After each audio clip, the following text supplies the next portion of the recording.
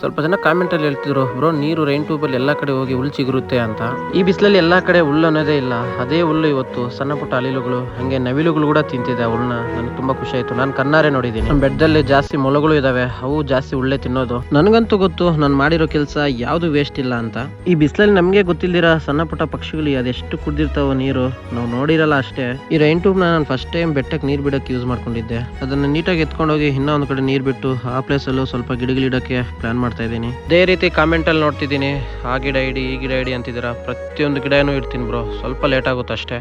ಇನ್ನೊಂದು, ನೀವು ಮಾಡೋ ಕಾಮೆಂಟ್ ಪ್ರತಿಯೊಂದು ಓದ್ತೀನಿ. ನನಗೆ ಎಷ್ಟು ಒಳ್ಳೆ ರೀತಿಯಲ್ಲಿ ಸಪೋರ್ಟ್ ಕೊಡ್ತಿದ್ದೀರಾ ಅಂದ್ರೆ ನಿಜವಾಗ್ಲೂ ತುಂಬಾ ಖುಷಿ ಆಗುತ್ತೆ. ನಾನು ಸ್ಟಾರ್ಟಿಂಗ್ ಅಲ್ಲಿ ಕೆಲಸ ಮಾಡಬೇಕು ಅನ್ಕೊಂಡಾಗ ಯಾರು ಏನ್ ಅನ್ಕೊಂತಾರೆ ಅಂತ ಒಂಚೂರು ಯೋಚನೆ ಮಾಡ್ತಿದ್ದೆ. ವ್ಯೂಸ್ ಫಾಲೋವರ್ಸ್ಗೋಸ್ಕರ ಮಾಡ್ತೇನೆ ಇವನು ಅಂತ ಅನ್ಕೊಂತಾರೇನೋ ಅಂತ ಭಯ ಬೀಳ್ತಿದ್ದೆ. ಆದ್ರೆ ಯಾರು ನೀವು ಆತರ ನನಗೆ ನೋಡ್ತಿಲ್ಲ. ಬಟ್ ಆ ತರ ನೋಡ್ತಿಲ್ಲ, ನಾನು ಅದೇ ರೀತಿ ಕೆಲಸ ಮಾಡ್ತಿದ್ದೀನಿ. ಪ್ರತಿ ಒಂದು ನಾನು ನೀಟಾಗಿ ಯೂಸ್ ಆಗೋ ತರಾನೇ ಮಾಡಿದ್ದೀನಿ. ಸ್ವಂತ ಬೋರಿಂದ ಮೇಲ್ಗಡೆವರೆಗೂ ನೀರು ತಂದು ಈ ರೀತಿ ಪ್ರಾಣಿ ಪಕ್ಷಿಗಳಿಗೆ ಹಂಗೆ ಗಿಡಗಳಿಗೆ ಪ್ರತಿಯೊಂದಕ್ಕೂ ಯೂಸ್ ಆಗೋ ತರ ಮಾಡಿದ್ದೀನಿ. ನೀರು ಅಷ್ಟೇ, ಬೋರ್ ಆನ್ ಮಾಡಿದ ತಕ್ಷಣ ಇಲ್ಲಿಗೆ ಹಂಗೆ ಗಿಡಗಳಿಗೆ ಪ್ರತಿಯೊಂದಕ್ಕೂ ಅದಷ್ಟು ಕಡೆ ನೀರು ಹೋಗೋ ತರ ಮಾಡಿದ್ದೀನಿ. ಇನ್ನೂ ಒಂದು ನನ್ನ ಮನಸ್ಸಲ್ಲಿದೆ, ಇದಕ್ಕಂತಾನೆ ಸಪ್ರೇಟ್ ಬೋರ್ ಹಾಕ್ಸೋಣ ಅಂತ ಇದ್ದೀನಿ. ಮುಂದೆ ಒಳ್ಳೆ ಸಪೋರ್ಟ್ ಸಿಕ್ಕಿದ್ರೆ ಗ್ಯಾರಂಟಿ ಹಾಕ್ಸ್ತೀನಿ, ಬಿಡಲ್ಲ.